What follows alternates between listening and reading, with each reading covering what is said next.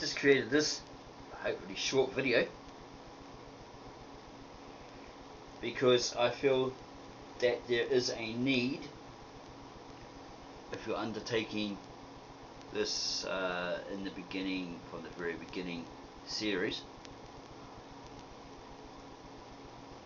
be it in the form of a course or an ebook or other,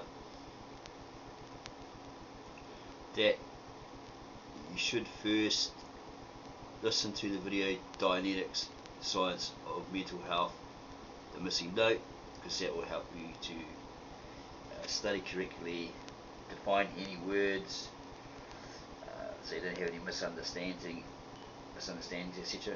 As detailed in the video. There also is another study guide called the 4 Stages of Learning or Competence.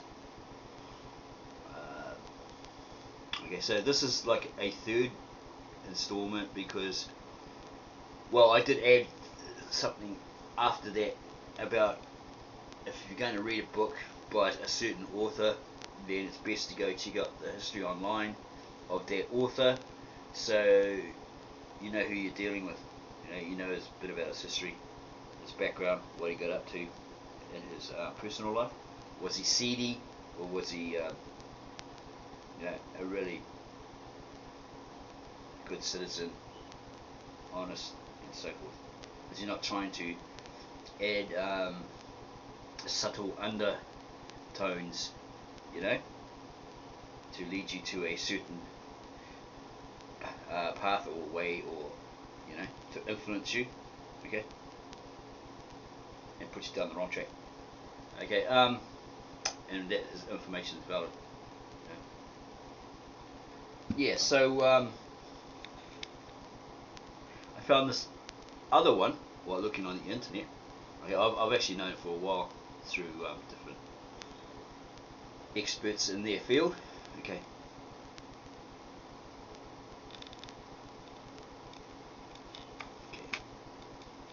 I was remembering a verse about Satan, Lucifer, etc., and Christian theology, the Christian religious system that really places a lot of stress, emphasis on Satan, on Lucifer being Satan, the devil, God's adversary, this ghastly, red-horned beastie. Lives in the darkness, lives in a place of fire and torment and pain. He's the Lord of the hell, Lord of hell, right? Okay, and all this sort of stuff, right? So I thought, well, okay, this rabbi was saying, no. I think it's a French rabbi, French Jewish rabbi, or Jew living in France. He's having a debate with a Christian evangelist, and the devil came up, Satan came up, and he told of the origin, according to the Hebrew Torah, Tanakh, Hebrew language, that Lucifer wasn't God's adversary, because how could God create an angel to do his bidding that had the mindset to rebel, unless he created it to do that? It was in his plan, okay? Because, well, he should be in control of everything, shouldn't he? If he's the creator of all things, okay? Yeah. So he was saying, well, compare it to the movie Charlie and the Chocolate Factory. Okay, you had a guy. What's the basis of that? They all had to find a golden ticket to be in the entry to go into Wonka's chocolate factory, and experience it, right? And you get a lifetime of supply of chocolate. Okay. Being kids, that's what they really wanted, right? So each one that found a ticket got a whisper in the air from a guy called Wilkerson. Pretty sure that was his name. I thought it's a movie again to verify that. We can go check it out yourself online. Yeah, he would whisper in the air, okay, you got a golden ticket. When you get into that Willy Wonka's chocolate factory, you got to get hold of certain things, everlasting gobstopper, I think it was, and slip it to him, and he'll give all this money plus all this chocolate, whatever he was offering as a bribe. Okay. And then at the end, when Charlie, was growled at by Wonka because he touched the soda pop and he had to clean the roof and all that sort of stuff, and then he turns around and he says, my boy, you've won it all, blah blah blah, right? And then in walks Wilkerson, right? He goes, oh no, that's that guy, that's it, he's a bad guy. He goes, no, he works for me, It's all part of that plan. He works for me. It's not. Well, maybe it was Sludgeworth, something like that. Yeah, I can't remember. Yeah, I think it was Sludgeworth. No, he works for me, so all was good, right? So that's basically what you compare him to, okay? According to this French rabbi, this Jew in France, okay? Forgotten his name. And then you have another one, Rabbi Toby Singer, that'll basically tell you the same in the Hebrew, right? Because most Christians, or near all Christians, don't know Hebrew. They don't speak it. They don't write it. Okay? They're not native born, speaking Hebrews or Jews, right? So who would know it better than a person that's been raised in it? They have that mindset. Well, they know the language. They know how to write it. Etc. They know all about it. So so they're one up on everybody else. Okay, you get these people that are learning it, but they have a Western mindset. They don't fully understand it because they don't have that Eastern mindset. If you understand where I'm coming from. Okay, it's like you'll never understand the Quran. This is what they'll say as well. Muslims will say you never understand it because it's in Arabic and you don't know the Arabic. You don't speak, write, or understand the Arabic. Okay, which is basically true. Same with the Assyrian Aramaic. Right? A lot of people are saying, oh yeah, you're Aramaeans, Christian brothers, you're Aramaeans. And there's a couple of them that yelled at them and says, no, we're not. We're Assyrians. We're nothing else but Assyrians. There's that term, Assyrian Christians, Aramaean Christians, Judaic Christians, whatever. Anyway, so okay. So get to the point I'm trying to make is you need to go get those words defined. Like Lucifer, right? Okay, so I've gone to the etymology. I'm at etymology first, right? So I'll start there. Okay, etymology is the origin of that word. Lucifer, Old English Lucifer, Satan, also morning star, Venus in the morning sky before sunrise.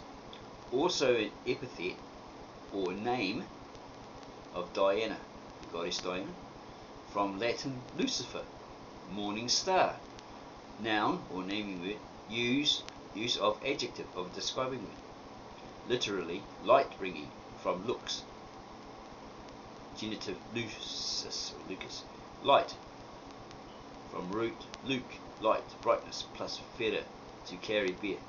From root, bear, one, to carry. Also to bear children.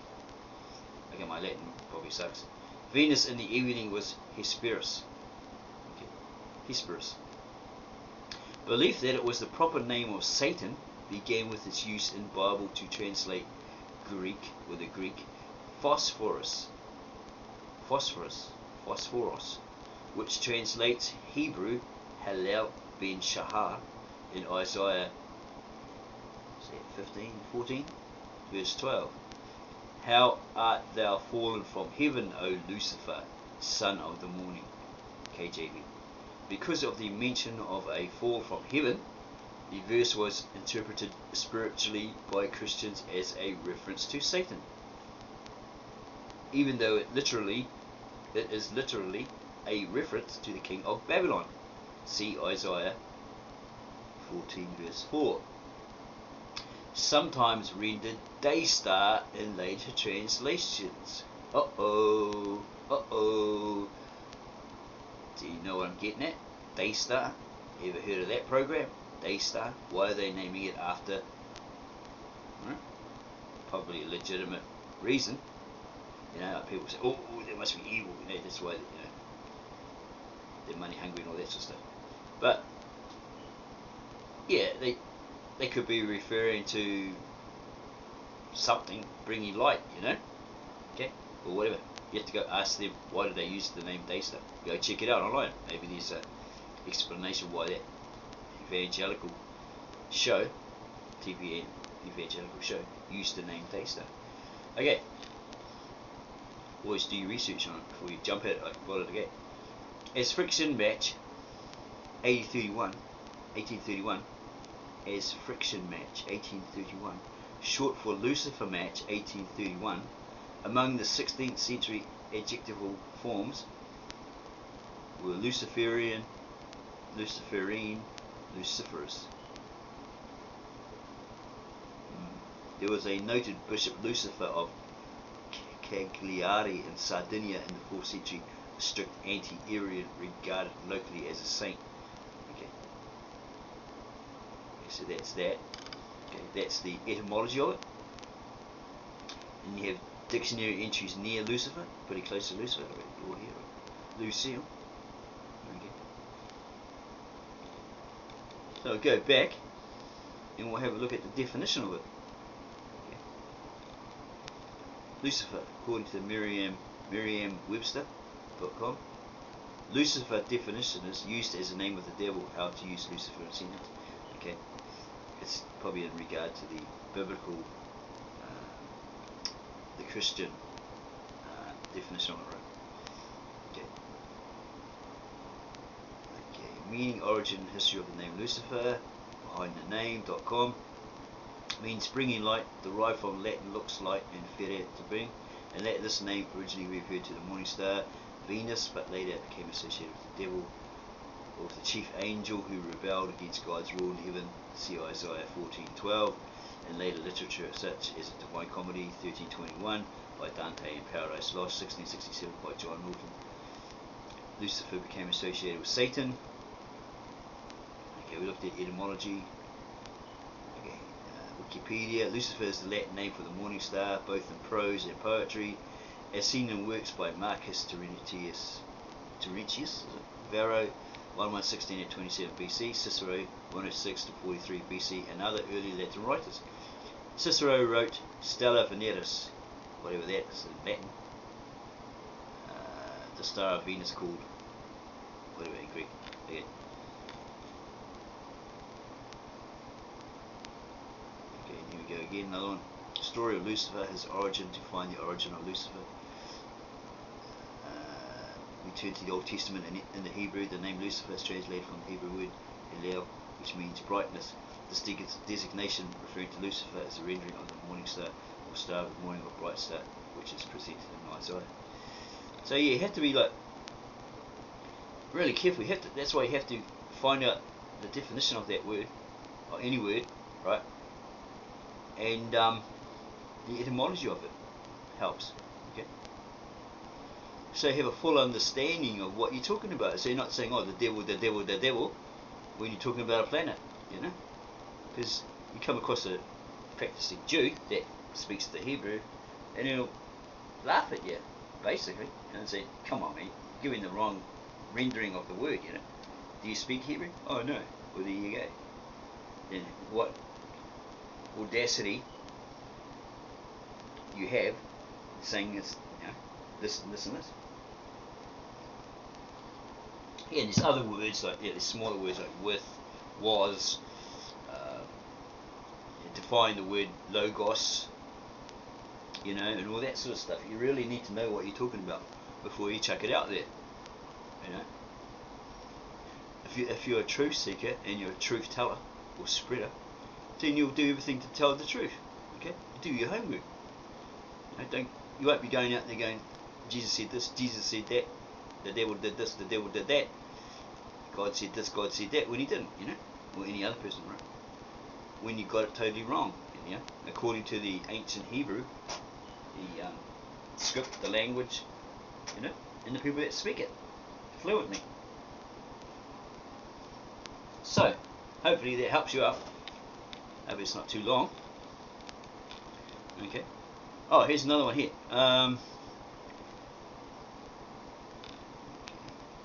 Because originally it was Shahar, God. Okay, that's probably a different one. Like Hillel bin Shahar, translated as Lucifer in the Vulgate and preserved in the early English translations of the Bible.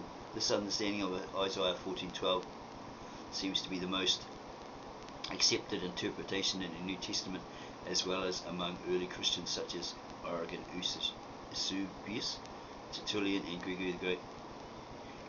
Was that the first pope? Roman State Church or Christian pope? Yeah, who was, according to the Aramaic New Testament and Revelations, he was given the authority to be a blasphemer, basically talk nonsense, blaspheme against the Holy Spirit and all those in the kingdom of God, right? During the time of Christ's ministry. Okay. Lucifer, who is addressed as whatever that is in Hebrew, Hillel bin Shahar. The title Hillel bin Shahar refers to the planet Venus. It's a morning star, and that's how the Hebrew word is usually interpreted. The Hebrew word transliterated as Hillel or Halel, pronounced as Halal,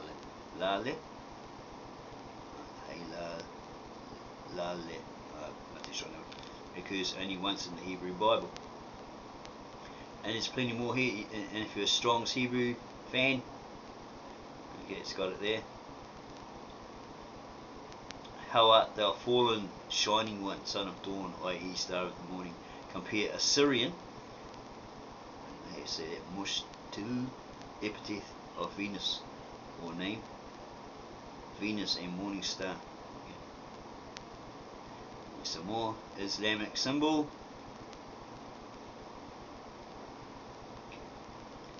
In the American Standard Version, Hebrew Hillel as day star, and the Hebrew word being Esa. Okay, and there's more there. Okay, so that's basically a help for you to give you a better understanding of what you're reading and what you're going to, try to pass on to somebody else. Yeah, let's hear it, right? If you're in a church, there's nothing wrong with hearing it, but don't become a parrot. Okay. There are some churches apparently that won't let you study it for yourself. They don't want you to think. Okay. So in your spare time, really study it. Go hard and study it, so you know it, right? Don't just be a parrot. Don't settle for being a parrot. One who quotes by rote. Okay, so again, hopefully that helps you out there. Okay. See, you learn, you practice, and you improve. Strive to be the better being, the perfect being. Well, nobody is perfect, right? Supposedly only made perfect through Christ. Yeah, but strive, by learning, practicing, and improving. Okay. So again, hopefully that has helped you out, right, in your walk. So if you like that, give us a thumbs up, subscribe to my channel, and add your comments whether you liked that or you hated it, and why, and we'll get back to you never. No, that's just joking. As soon as possible. Okay. Have a nice day. Allah bless. Yeah, God bless. Allah bless. Whatever you're into. Later.